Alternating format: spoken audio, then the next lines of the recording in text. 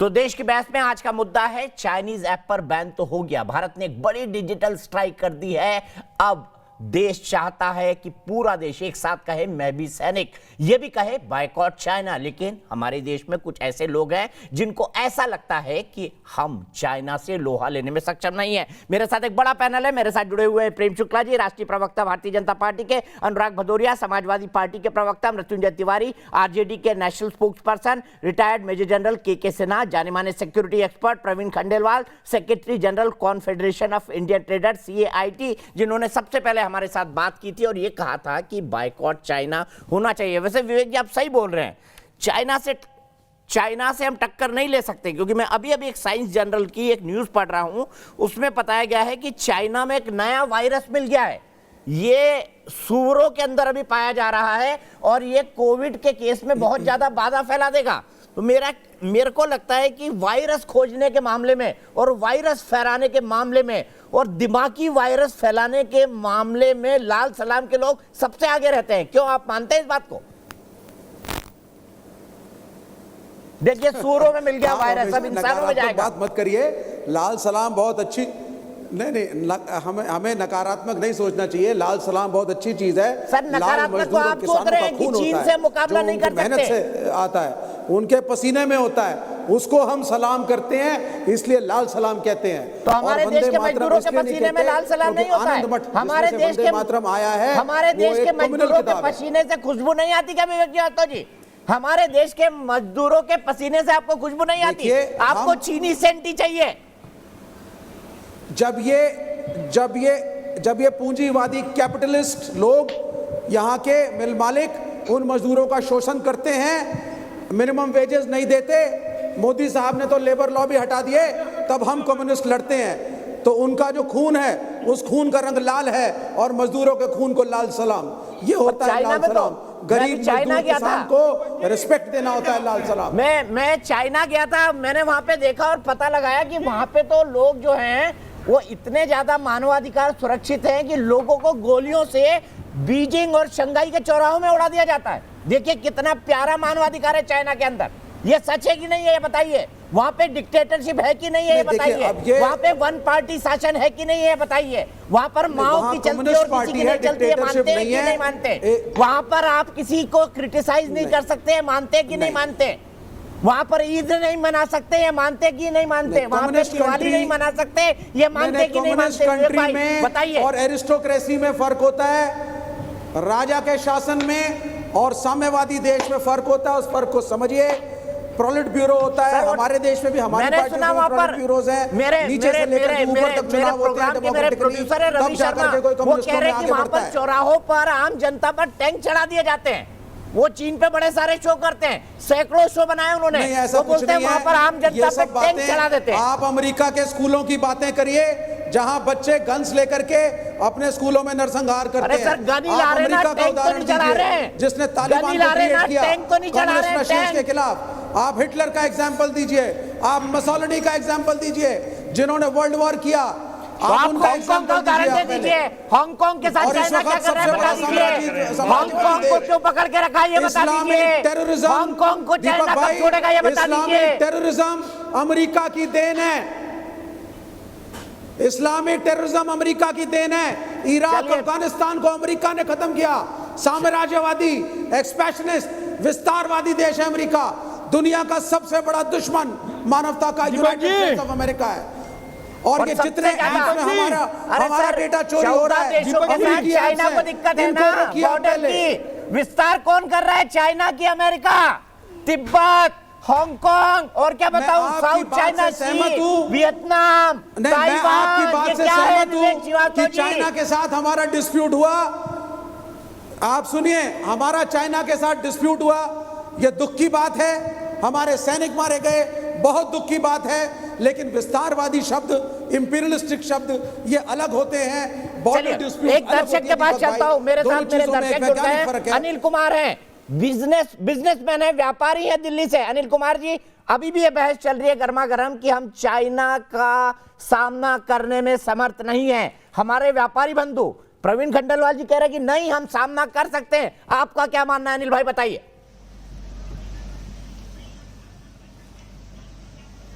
हम सामना भी कर सकते हैं, हम लड़ भी सकते हैं, पर ये जो हमारे ही जो लोग बैठे हैं, ये जब हमारे ही लोगों का मोरल तोड़ते हैं, इनको ये कहा जाए कि ये कुछ दिन जाके वहां रह कर देखें कि जब इनको पता चले कि हमारे देश की सरकार कितनी ज्यादा सीरियस है इस चीज पे, हमारे जवान कितने सीरियस है, हमारी पब्लिक कितनी सीरियस है, हम हर तरीके से उनका मुकाबला कर सकते हैं। ठीक है, विवेक बस हम ये चाहते हैं कि हमारी पब्लिक जो है, ये ऐसे जो लोग बैठे हैं, ये कहाँ चले, बीजिंग चले, वुहान चले, हांगकांग चले, विवेक श्रीवास्तव जी कहाँ चले बताइए। नहीं, ये सब हवाई बातें हैं। आप बताइए, हमारे शहर में क्या इस वक्त हर कोरोना पेशेंट के पास बिस्तर है? क्या अस्पताल एडिक्वेट हैं? चाइना में मजदूर की स्थिति जे कॉलोनी में सही है? मैंने आपसे अभी पूछा, चाइना ये बार-बार वायरस को खोज लेता है। अब देखिए सूरों में नया वायरस मिल गया है। चाइना वायरस की फैक्ट्री है क्या? दिमागी वायरस, बीमारी वायरस, डिक्टेटरशिप का वायरस, विस्तारवाद का वायरस, पीएलए का वायरस, शी जिनपिंग का वायरस, हमें अपने देश के बारे में सोचना चाहिए। We are in a bad shape और मेहनत करके इससे निकलना चाहिए हमें बाहर। ठीक है, निकलेंगे, जरूर निकलेंगे। लेकिन आपने अनिल भाई की बात सुनी। मैं अनुराग भदौरिया जी आपको एड्रेस करते हुए एक वीडियो दिखा रहा हूं। आपने बहुत सारे सवाल उठाए इस बहस के अंदर, आपको एड्रेस करते हुए एक छोटी सी बच्ची का वीडियो दिखा रहा हूं, आप इसका जवाब देंगे। सुन लीजिए इस वीडियो को। पेट्रोल पेट्रोल पेट्रोल 30 रुपए का पेट्रोल सरकार 77 में क्यों बेचती है? ऐसा पूछने वाले एक बार ये भी तो पूछे कि 16 में गेहूं खरीद कर सरकार 2 रुपए में क्यों बेचती है? 50 का केरोसिन 15 में क्यों बेचती है? 40 की शक्कर 26 में क्यों बेचती है? 25 का चावल खरीद कर 3 रुपए में क्यों बांटती है? लाखों रुपए टीचरों को तनख्वाह देकर बच्चों को मुफ्त क्यों पढ़वाती है? 6 करोड़ से भी अधिक शौचालय मुफ्त में क्यों बनवाती है? 3 करोड़ गैस चूल्हे मुफ्त में क्यों बांटती है? ये भी तो पूछो। गुजरात के मोहनदास करमचंद गांधी राष्ट्र के पिता हो सकते हैं, जवाहरलाल नेहरू सबके चाचा हो सकते हैं, मायावती सबकी बहन जी हो सकती है, ममता सबकी दीदी हो सकती है, जयललिता सबकी अम्मा हो सकती है, सोनिया गांधी देश की बहू हो सकती है, केवल नरेंद्र मोदी इस देश का बेटा क्यों नहीं हो सकता? इतनी नफरत क्यों है भाई? दिक्कत ये नहीं कि दाल महंगी हो गई है, दिक्कत ये है कि किसी की गल नहीं रही है। दाल गल रही है अनुराग भदौरिया जी आपकी? मैं नहीं पूछ रहा हूँ, एक बार फिर सुनना बड़ा इंटरेस्टिंग है। मेरे को तो अभी रवि ने बोला कि एक बहुत अच्छा वीडियो आया है, एक बार फिर सुनवाता हूँ। सुनिए, 8 साल की बच्ची है, 8 साल की बच्ची, सोशल मीडिया पे अभी इसे 27 लाख बार देखा जा चुका है। सब सुनिए एक बार फिर से। पेट्रोल पेट्रोल पेट्रोल 30 रुपए का पेट्रोल सरकार 77 में क्यों बेचती है? ऐसा पूछने वाले एक बार ये भी तो पूछे कि 16 में गेहूं खरीद कर सरकार 2 रुपए में क्यों बेचती है? 50 का केरोसिन 15 में क्यों बेचती है? 40 की शक्कर 26 में क्यों बेचती है? 25 का चावल खरीद कर 3 रुपए में क्यों बांटती है? लाखों रुपए टीचरों को तनख्वाह देकर बच्चों को मुफ्त क्यों पढ़वाती है? 6 करोड़ से भी अधिक शौचालय मुफ्त में क्यों बनवाती है? 3 करोड़ गैस चूल्हे मुफ्त में क्यों बांटती है? ये भी तो पूछो। गुजरात के मोहनदास करमचंद गांधी राष्ट्र के पिता हो सकते हैं, जवाहरलाल नेहरू सबके चाचा हो सकते हैं, मायावती सबकी बहन जी हो सकती है, ममता सबकी दीदी हो सकती है, जयललिता सबकी अम्मा हो सकती है, सोनिया गांधी देश की बहू हो सकती है, केवल नरेंद्र मोदी इस देश का बेटा क्यों नहीं हो सकता? इतनी नफरत क्यों है भाई? दिक्कत ये नहीं कि दाल महंगी हो गई है, दिक्कत ये है कि किसी की गल नहीं रही है। अनुराग भाई, दाल गल रही है आपकी या नहीं गल रही है बताइए। देखिए, ये बड़ा अच्छा टिकटॉक वाला वीडियो है। टिकटॉक नहीं, एक बच्ची 8 साल से बड़ी सीरियसनेस के साथ बोल रही है। अनुराग भाई, कम से कम बच्ची को तो बख्श दो। टिकटॉक बैन हो चुका है कल रात से, टिकटॉक में नया वीडियो नहीं डल रहा है, लाइव फीड बंद हो चुकी है। अनुराग भाई, बहुत प्यारी लाइव फीड बंद हो चुकी है टिकटॉक की। सुनिए, बहुत प्यारी बच्ची है, इसमें कोई दो राय नहीं, लेकिन उसको जो बुलवाया गया बेचारी वही तो बोलेगी। वो तो बेचारी गुड़िया है, इस देश की प्यारी सी बच्ची है।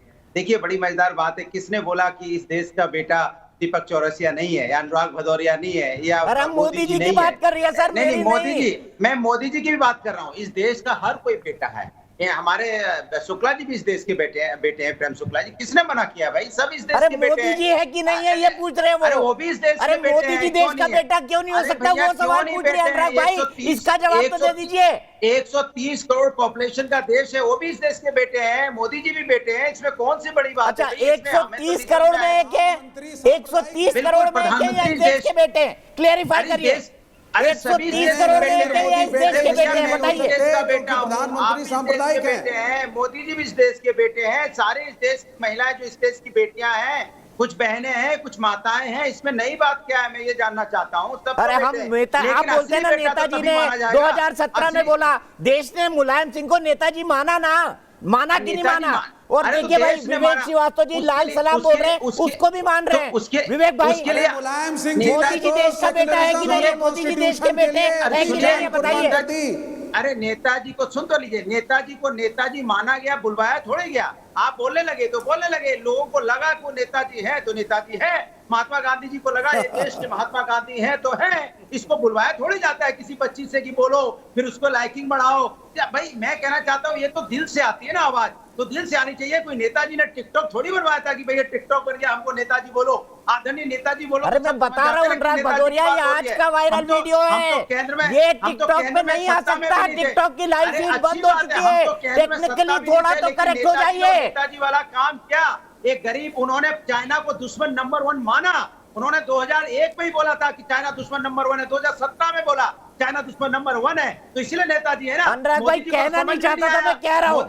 मोदी जी को तो समझ कहना में नहीं आया चाहता कि था, जब मैं कह रहा हूँ। ये वही बात तो मैं उनके कह रहा हूँ। बेटे अखिलेश यादव ने नहीं मानी, उनको ही पार्टी से मैं बोला, निकाल दिया, मैं तो कह रहा हूँ, उनको ही मोदी पार्टी जी से के समझ निकाल में दिया। नहीं आई। मैं कहना नहीं चाहता था, कह रहा हूँ। मोदी जी अखिलेश समझ यादव में ने नहीं- क्या किया नेताजी के साथ, अरे मैं- बताइए ना। अरे मैं तो- अखिलेश अरे यादव ने क्या किया नेताजी के साथ? देखिए, ये समाजवादी पार्टी है। समाजवादी पार्टी में कोई भी व्यक्ति अध्यक्ष बन सकता है, जिसको पार्टी चुन लेगी वो अध्यक्ष किसी होगा। को हटा सकता इसमें है। कोई नहीं, कोई भी और अखिलेश अपने यादव ही बन पिताजी सकता को हटा सकता यहाँ है। तो नहीं, यहाँ तो हर व्यक्ति नहीं, पार्टी संस्था होती है। पार्टी में फिर आप उस पे चले गए। मैंने कहा ये जो बेटा भाई बात छोड़िए ना, आज संस्था की बात कीजिए ना। चलिए ठीक है, हम फिर से विवेक श्रीवास्तव जी के पास जाते हैं। विवेक श्रीवास्तव जी, मोदी जी देश के बेटे हैं कि नहीं है? ना उन्होंने आडवाणी जी को हटाया, ना उन्होंने नेताजी को हटाया। एक संस्था होती है जी, कि ये सुन पॉलिटिकल लीजिए। पार्टियां अपने आप अपना नेता चुनती है। ठीक है, ठीक है, ये कह रहे बहस का विषय भी नहीं है, बहस का विषय भी नहीं है अनुराग भाई। विवेक जी बताइए। जी देखिए, ऐसा है, देश के सच्चे सपूत मुलायम सिंह यादव हैं, और वो सच्चे सपूत इसलिए हैं क्योंकि सेक्युलरिज्म की उन्होंने रक्षा करी। हाँ, मुझे देश पता है के विवेक कॉन्स्टिट्यूशन श्रीवास्तव के साथ देश खड़े के हुए, सच्चे सबूत और नहीं है। उनके व्यक्तित्व मुझे की पता वजह है से विवेक श्रीवास्तव देश के देश के माइनॉरिटीज सच्चे में ये सबूत नहीं है। विश्वास आया कि ये देश उनका है। और नरेंद्र मोदी जी को मैं देश का बेटा इसलिए नहीं मानता, हालांकि वो हमारे माननीय प्रधानमंत्री हैं, क्योंकि गुजरात में जो माइनॉरिटीज के साथ हुआ उनके कार्यकाल में, और उसके बाद यहाँ पे आने के बाद जो मॉब लिंचिंग का कल्चर हुआ है, और उसके बाद जिस तरीके से मुसलमानों को सेकंड ग्रेड सिटीजनशिप दी गई है, उससे देश का संविधान कलंकित हुआ है। बकरीद आने वाली इसलिए है, दोनों में फर्क को समझिए आप। बकरीद आने वाली है विवेक जी। असदुद्दीन ओवैसी ने बोला कि प्रधानमंत्री ने सब त्योहारों के नाम तो ले लिए, बकरीद का क्यों नहीं लिया? आप भी ले लीजिए जल्दी से, सेक्युलर हो जाएंगे आप। नहीं, हम किसी धर्म को नहीं मानते, ना बकरीद ना दिवाली।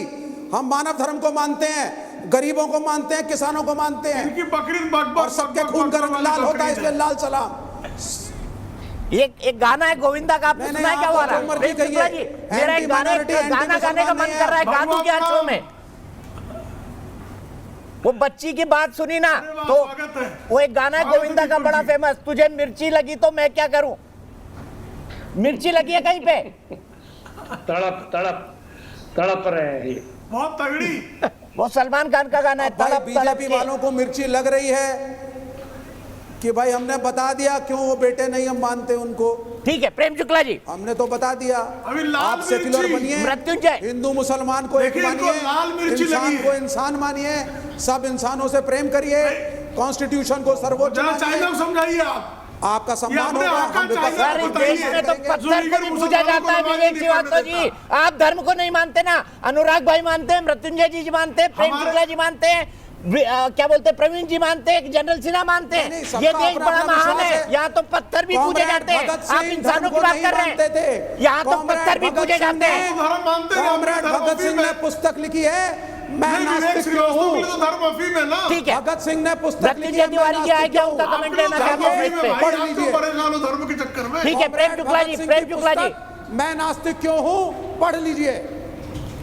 अच्छा, आप नास्तिक, नहीं, कोई बात अरे नहीं, भाई अब ठीक है ना, सबने और आखिरी किताब जब आप मरने नास्तिक के हो पहले धर्म जो के चक्कर भगत में सिंह क्यों पढ़ पड़ रहे रहे थे, हो? मृत्युंजय वो जी, लेनिन पे थी। मृत्युंजय जी, फिर बच्ची धर्म ने के सवाल चक्कर उठाया था, में मुझे पता नहीं आप सुन पाए कि नहीं सुन पाए। वो कह रही है कि इस देश में महात्मा गांधी को राष्ट्रपिता माना जा सकता है, जवाहरलाल नेहरू को चाचा माना जा सकता है, मायावती जी को बहन माना जा सकता है, जयललिता जी को अम्मा माना जा सकता है, मुलायम सिंह जी को नेता माना जा सकता है। तो ये देश के कुछ अपोजिशन के लोग नरेंद्र मोदी को देश का बेटा क्यों नहीं मान रहे?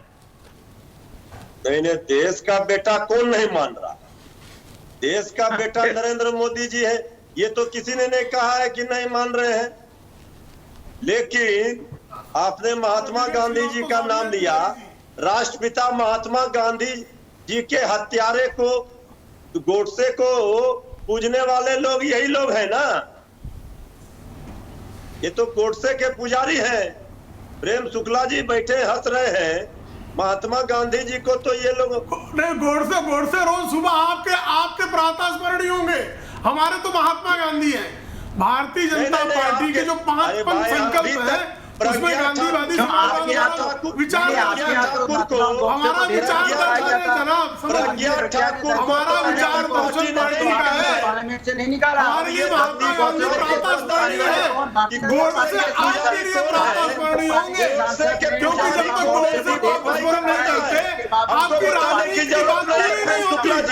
गोडसे आपकी राजनीति लग जाती है, हमारे मिर्ची इसलिए लग जाती है कि आप लोग वोट के पुजारी हैं। हम कहते हैं भारत माता, अच्छा, ठीक है, आखिरी मोदी जी आज हमने भारत डिजिटल माँ के स्ट्राइक कर दी। बेटे हैं। आखिरी कमेंट के लिए मैं जनरल सिन्हा के पास चलता हूं। जनरल सिन्हा, चीन के खिलाफ हमारा वॉर क्राई क्या होना चाहिए? आप दीजिए आज एक वॉर क्राई, और विवेक को बताइए वॉर क्राई क्या होता है। देखिए, वॉर क्राई है भारत माता की जय, वंदे मातरम, बात करिए, बोलो युद्ध की बात मत करिए।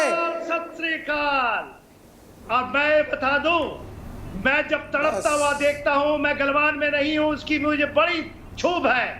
जब चीनियों को तड़पता देखता हूं, विवेक जी को तड़पता हुआ देखता हूं, भारत देश को की युद्ध की सीमाओं में आवश्यकता प्रहार नहीं होता है, देश में शांति होनी इंडो-पैसिफिक चाहिए। में प्रहार होता है। विवेक भाई, देश में युद्ध चाहिए नहीं। विवेक भाई, इसको चीन को समझाना पड़ेगा। चीन बिल्कुल समझाएंगे, साथ चलेंगे, बीजिंग चलेंगे, साथ चलते हैं बीजिंग। आज की बहस यही था, लेकिन मैं सिर्फ ये कहना चाहूंगा विवेक भाई, अगली बार आपके साथ जुड़ूंगा तो प्लीज एक बार भारत माता की जय जरूर बोलना। फिलहाल एक ब्रेक, लेकिन हम ये बता दें कि हमारी ये मुहिम मैं भी सैनिक और बायकॉट चाइना जारी रहेगी, क्योंकि अभी हमने डिजिटल स्ट्राइक की है, अभी बहुत कुछ किया जाना बाकी है।